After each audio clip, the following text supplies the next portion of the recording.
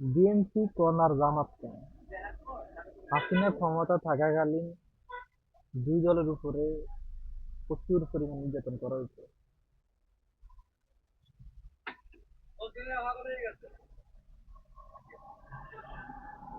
হয় কার্গো উপরে কম, কার্গো উপরে বেশি, এতটুকু আর কি। তবে নির্যাতন করা হয়েছে আলেম ওলামা বিএনপি জামাত সবার উপর নির্যাতন।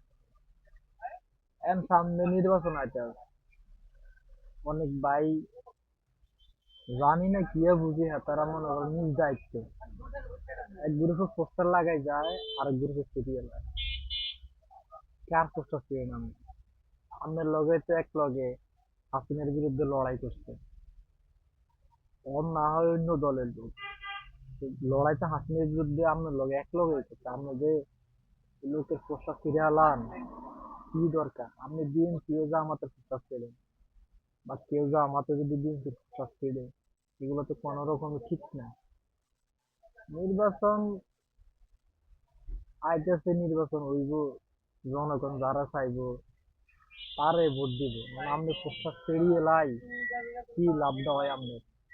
আপনি কি আপনার কোন দল আপনার দলের থেকে দুটিয়া দেয় যে দুই টিয়া করে দিব আর পোস্টার ছিঁড়ে আলাইবি?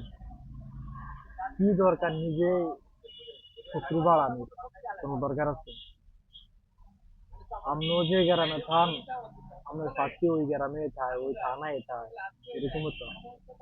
শত্রু বাড়ায় কোনো লাভ আছে?